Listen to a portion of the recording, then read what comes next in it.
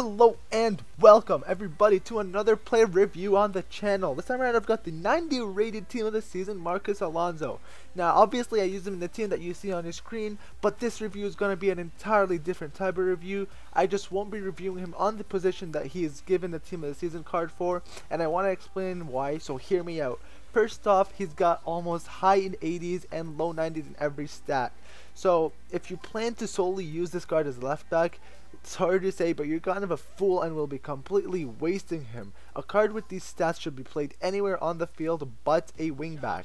Now don't get me wrong, I used him as a left back for a few games and he was incredible. Incredible is probably an understatement. He was phenomenal. However, when I used this card in every possible position on the field except keeper, he performed so well. And let me tell you, he was legitimately the most versatile player or card in the entire game.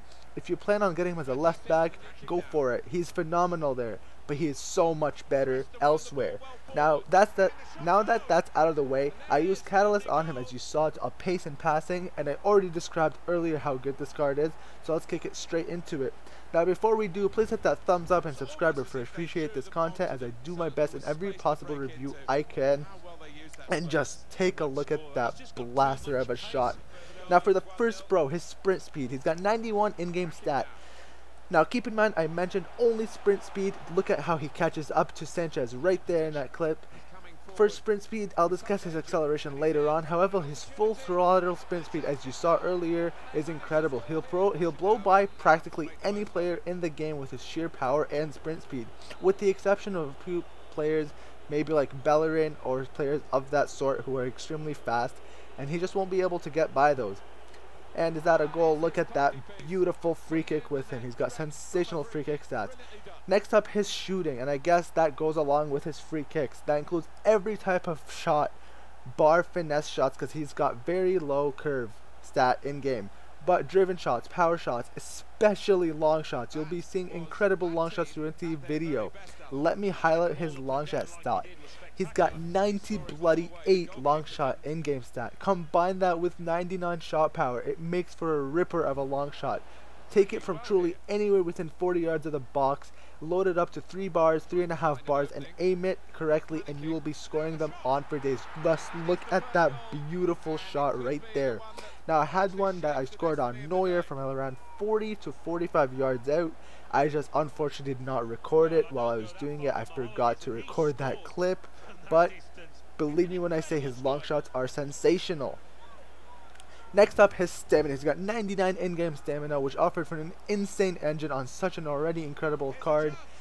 99 stamina allows him to perform to his max potential literally from minute 1 to minute 120 and beyond, if there was such a thing. He never got tired in any of the games I played him with. And just look at that weak foot, boom. Next up, his passing. That's both long and short passing and crossing. He's got 93 short passing, 88 long passing, and 98 crossing. As a midfielder, when I used him there for a large portion of the games, he offered extremely sensational, crisp, short passes to open up defenses so many times, as you saw earlier in clips and will continue to see. And you guys know I don't cross often, but this card did very, very well in that department whenever I took the chance to cross it into the box. It was almost always pinpointed onto the striker's head, and just look at that as he positions himself beautifully, which brings me on to his positioning. He's got 93 in-game positioning combined with high work rates, which allows him to be for one of the game's best positioned card in every possible position, whatever position you play him with. And I don't say it in any exaggeration. He was perfect in almost every position where he needed to be, at the right time he needed to be. Look at that slide for Martial, and he tucks it in. Now for his positioning, he made exquisite runs around defenders and in the box when I played him out wide, and he made such an incredible amount of interception when I used him as a left back or a center mid. Doesn't matter what position, as I said, he will perform very, very well. Next up, tackling. This is probably the only real, so to speak, aspect of the pros I'll be testing out that reflects his natural card position. Look at that as he lobs it to Son. But his tackling, both slide and stand tackling, are extremely responsive and accurate if you press that stand tackle especially. And it's like as if his foot goes solely for the ball to pick it right out of the player's foot and it's honestly incredible. But since I didn't use him often as a left back, I didn't get to test out that aspect of the card much. But when I use him as a center mid, he's extremely very good at stand tackling, but I just never got to use the slide tackling often enough for me to give you a solid opinion. However, you will see a clip where he made a very well timed tackle and just boom, look at that ripper of a shot.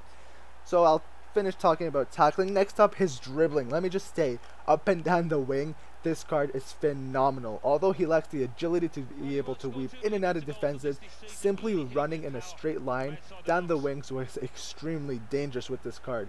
The sheer power and drive in his dribbling is honestly incredible. I could sense many times where opponents literally had no idea what to do when this guy was running straight at them. Right there, they don't know whether to defend him or go for the guy with the ball. Was I going to keep running? Was I going to pass it off like that? Or was I going to cross? Seriously, up and down the wing, dribbling with this card is super fun to use and dangerous. And finally, his strength. As I mentioned, his sheer strength and power on the ball is unbelievable. He's got 90 in-game strength stat, and in general, it's truly incredible.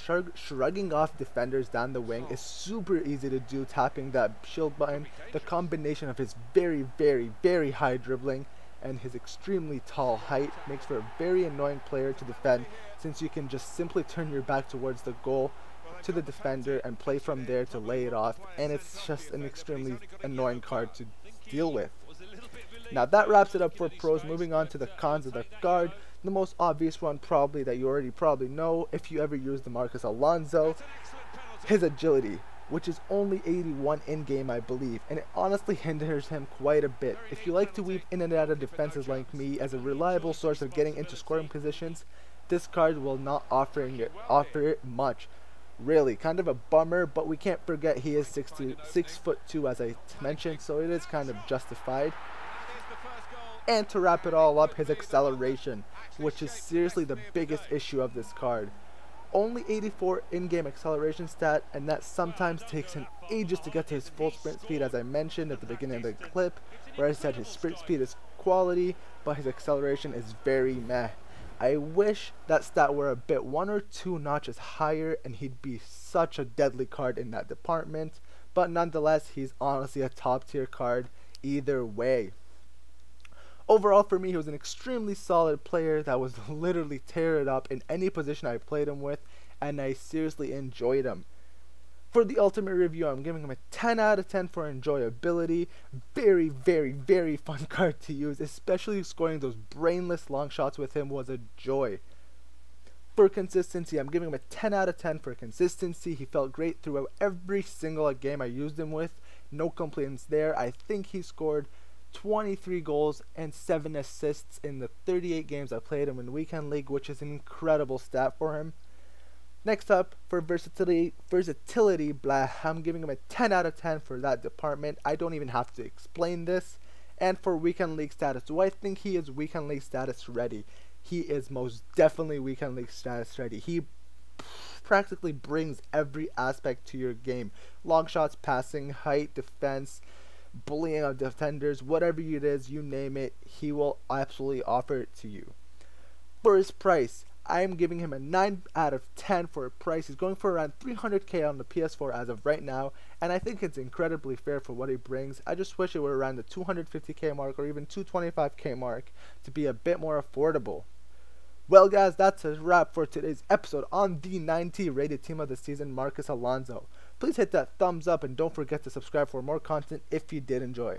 Till next time, peace.